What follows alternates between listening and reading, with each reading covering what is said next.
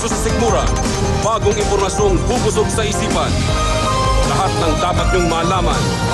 Mainit-init na ihahain ni na Rapi Tulfo at Amilin Biloso. Makisalo na sa Balitaang Tapat! Magandang umaga. Narito mga headlines ngayong araw. Hubert Webb at 5 pang nakulong dahil sa Visconde Massacre, laya na. Padre di pamilya at mga taga-suporta ng pamilya Visconde tinuligsa ang naging desisyon ng Korte Suprema. Petisyon sa dagdag pasahe sa mga pampasaherong jeep ihahain ngayon sa LTFRB. Snatcher nilunok ang hinablot na kwintas para iwas kalaboso. Taunang oblation run sa UP Diliman, silipin natin. At sa itimbre mo kay Tulfo, dating kapitan ng barangay sa Cavite, na umunoy nilimas ang pera pati gamit ng barangay hall. Isinumbong ng mga residente. Pabagsak si Mr. Visconde. Tubig po, tubig.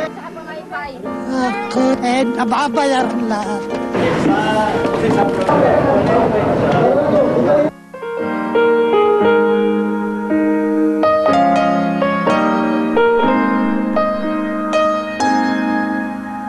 Tuwa at hinagpis ang sumalubong sa desisyon kahapon ng Korte Suprema nang iabsuelto mga akusado sa Visconde Massacre case. Sa isang iklab, nakalaya si Hubert Webb at ang 5 pang kasamahan niyang nakulong ng higit 15 taon. Habang ang padre di pamilya Visconde, parang sinakluban langit ng ibaba ng Korte Suprema ang hatol. Nagbabalita si Trish Roque. Failure of the prosecution to prove their guilt beyond reasonable doubt. They are ordered release from detention unless held for another lawful cause. Sa mga salitang ito natapos ang mahigit 15 taong pamamalagi sa kulungan ng mga akusado sa Visconde Massacre. Absuelto sa kaso sina Hubert Webb, Antonio Lejano, Michael Gatchalian, Hospicio Pike Fernandez, Michael Rodriguez, Peter Estrada at ang dating pulis na si Gerardo Biong na lumaya lang kamakailan. Nang malaman ng desisyon, nanlumo at hinimatay pa ang nabiyudong si Lauro Visconde. Wala na katarungan dito sa ating bansa. Habang sa bahay ng mga Webb, masaya pero emosyonal ang pamilya sa paglaya ni Hubert. Parang ngayon ko lang gustong umiyak ng umiyak sa saya. Dali-daling nagpunta sa Bilibid ang mga kamag-anak ng mga akusado para salubungin ang kanilang mga mahal sa buhay. Naging madamdamin ang pagkikita nila.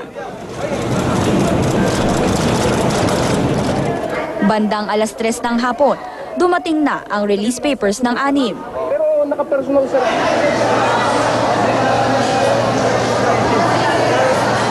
Sorry. At pagkatapos ng 3 oras, tuluyan nang nakalaya ang mga akusado mula sa munti. Hoy, wag niyo na gawin. Thank you everybody. Thank you. Galit na si Jason, oo. Sa simbahan ng St. Joseph sa Parañaque muna dumiretso ang pamilya Webb. Hail Mary, full of grace, the Lord is with you. Blessed are you among women. At sa wakas, nakauwi na rin si Hubert sa kanilang bahay sa Parañaque na magiging bago niyang tahanan. What we're planning is just to have a quiet family time, and then from there we'll see. There are schedules I have to do tomorrow, pero basically ano lang talaga, magsasama-sama muna kami para ma-enjoy naman namin yung first day night out ko na magkakasama kami. Pero isa ngayon sa pinag-iisipan ng pamilya ang pagsasamba ng kaso at paghingi ng danyos sa matagal nilang pagkakakulong. Trish Roque, News 5. Nagpaunlak naman ng isang one-on-one interview sa News 5 si Hubert Webb. Ilang oras matapos siyang makalaya kahapon. Narito ang bahagi ng panayam na yan ng ating kapatid na si Paulo Bejones. How does it feel right now? Luwag muna! Getting better. Getting better. Sa desisyon na to, hindi lahat natuwa. May mga natuwa, may mga congratulate sa'yo, may mga iba sinasabi, justice is dead, at kung ano-ano. May plano ko bang umikot sa iba't ibang mga lugar para ikwento mo yung story mo? Ito yung nakakatawa dito, Rewind natin. Nung kami tara sa RTC, palakpakan yung kabilang kampo, meron ba po kami sinabi? Pero po wala. Sa uning sa jail, talagang napakahirap nun. It's a really hard time kasi mahirap yung buhay doon. May tattoo pa tayo. Oh, meron. Anong design yan? Ngayon ko lang papakita, ikaw nakauna dyan, ha? Okay. Kasi there are two things that happened in my life. Yung Parañaque Jail at saka maximum prisons. Sabi ko, hindi ako aalis sa dalawa na to na walang pang-alala, na dinaanan ko yung hirap na yon dahil sa paniniwala namin sa Diyos at sa batas. So since ang lumalabas sa Korte Suprema, hindi kayo ang pumatay, tutulong ba kayo para mahanap yung totoong pumatay? I don't think it's in our top priority list. In truth, kasi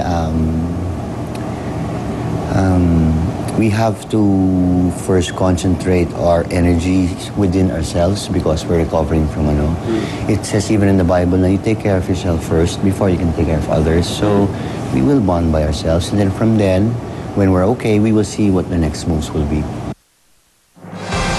Abangan ang buong interview ni Paulo Bejones kay Hubert Webb mamaya sa Aksyon, alas 5:45 ng hapon.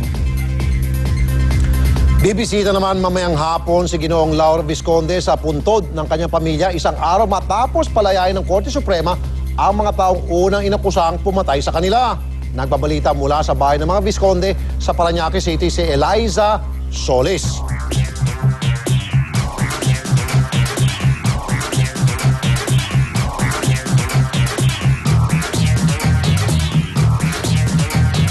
Rafi, Amelie, nandito ako ngayon sa bahay ng Vizconde. Isang araw pagkatapos malaman ni Lauro Vizconde na inabsuelto ng Korte Suprema si Hubert Webb at iba pang akusado sa pagpatay sa kanyang mag-iina. Katabi ko ngayon si Mang Lauro. Mang Lauro, kamusta po ang tulog nyo kagabi at kayo po ba ay nakakain na ngayong umaga? Well, at least naka-recover na ako as compared to yesterday. Wherein I'm really atelos, I was shocked, at saka halos mawalan ako ulirat, pinagtakluban na naman ako for the second time around ng langit at lupa, dahil sa pagkatanggap ko ng balita o kaya desisyon ng ating kataas-taasang hukuman pagka-akwait kila Hubert at saka ang kanyang grupo, Ngayon po, Mang Lauro, ano po yung balak nyo na gawin kasama ang VACC? Well, ito, only partial and partial of our plan. At least we have to hold a sort of vigil rally at the tomb of my family in Novaliches City, wherein we will meet, I together with my members of the family, the Vizconde clan, and the other relatives, will be joining me at the Holy Cross Memorial Park, where my families were buried. Mang Lauro, ang plano nyo naman po kung mabubuksan ba ang kaso, papabuksan nyo pa po ba? Ano ang balak ninyo? Well, alam mo, right now, I have not contacted my lawyers yet about the next possible action that we will have to take in this case. Kaya siguro within this day, I'll know from them. We'll meet each other at least to discuss the issues about this Vizconde massacre case. After the Supreme Court acquitted all the accused in this case. Mr. Vizconde, sa inyo pong gagawin, ano po ang balak nyo sa mga mahistrado ng Korte Suprema? Well, I challenge them at least to help me find the real culprits for the death of who are responsible for the death of my family. Kung hindi, sino gumawa? Kasi they already set aside the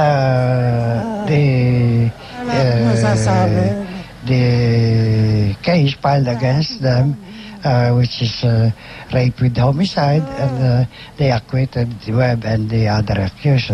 Kaya siguro I challenge the justices to help me find the real killers of my family after they acquitted all the accused.